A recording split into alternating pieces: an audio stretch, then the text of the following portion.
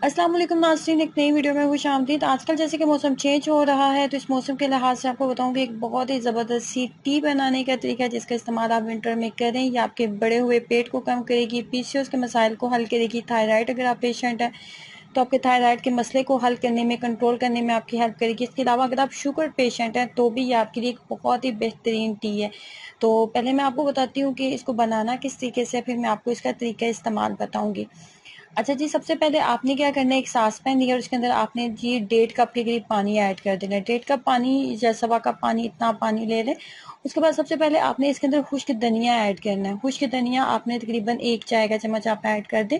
खुश्क धनिया जो होता है ये आपके थायराइड को कंट्रोल करता है, शुगर लेवल को आपके बैलेंस रखने में हेल्प करता है। इसके अलावा ये आपको हर तरह के इन्फेक्शन से बचा के रखता है, और आजकल जिस तरह के एलर्जी के इशू चल रहे हैं सर्दी में, ये इस तरह के मसाइल से भी आपको बचा के रखेगा।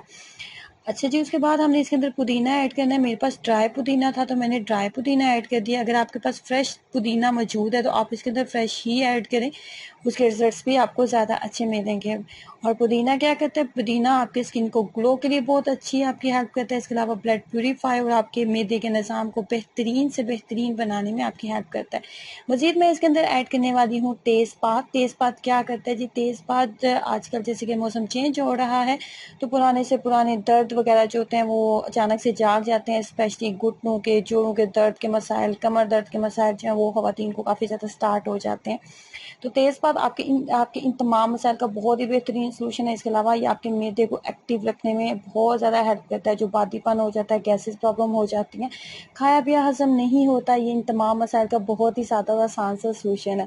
उसके बाद जी इसके अंदर हमने ऐड कर दी है ग्रीन टी। ग्रीन टी के फ़वाइद जो हैं वो सभी जानते हैं। ग्रीन टी जो होता है ये आपके वेट को कम करने में आपकी बहुत ज़्यादा हेल्प करती है। इसके अंदर वो तमाम चीज़ें मौजूद हैं जो कि आपके मैदे के निज़ाम को बेहतरीन करेंगी, आपकी सर्दियों को बहुत आसान बना देंगे। अगर सर्दी में आपको बहुत सारे मसाइल होते हैं, जैसे एलर्जी होने लगती है, इन्फेक्शंस होने लगते हैं, दमे का मसला होने लगता है, सांस रुकने लगता है, इस तरह के अगर आपको मसाइल बहुत ज़्यादा होते हैं ना, तो ये टी आपने ज़रूर ट्राई करनी है। ये ऐसे ख़वातीन के लिए स्पेशली मैंने बताई है जिनको पीसीओएस के मसाइल रहते हैं, और इसके अलावा ऐसी ख़वातीन जिनको थायराइड के मसाइल हैं और अपने वेट को कंट्रोल करना चाहती हैं। अगर आपको पीसीओएस या थायराइड के मसाइल नहीं हैं, इसके अलावा आपका पेट बाहर निकला होगा और आप चाह रही हैं कि आपका वेट जो है वो कंट्रोल में हो जाए और आपका बढ़ा हुआ पेट जो है वो कम हो जाए। सर्दी में जो जैसे स्टार्ट होती है ना, एक तो बहुत सुस्ती और काहली होने लगती है, नंबर तो वेट बहुत ज़्यादा बढ़ना स्टार्ट हो जाता है। तो आपने क्या करना है, जब आपने लंच किया है, लंच कर लिया आपने, तो लंच करने के 30 से 40 मिनट के दौरान आपने जो है ना वो ब्रेक देना। लंच करने के बाद 30 से 40 मिनट का आपने थोड़ा सा टाइम देना है। उसके बाद आपने इसको 1 कप आपने पी लेना होता है। इसी तरह डिनर करने के बाद भी आप इसको अगर पी लेते हैं ना, तो ये आपके बढ़े हुए पेट को ना सिर्फ कम करेगा, बल्कि सर्दी में ये आपको स्लिम और स्मार्ट बनाने में भी आपकी हेल्प करेगा। और आप कुछ भी अगर आप हैवी खा रहे हैं, कुछ भी आप जो है थोड़ा सा जैसे हम हलवे वगैरह, पंजीरी वगैरह, काफ़ी सी चीज़ें ट्राई कर रहे होते हैं सर्दी को कंट्रोल करने के लिए, तो इन तमाम चीज़ों को डाइजेस्ट करने में आपकी हेल्प करेगा और आपके वेट को नहीं बढ़ने देगा। हर तरह के लोग इस्तेमाल इसका कर सकते हैं।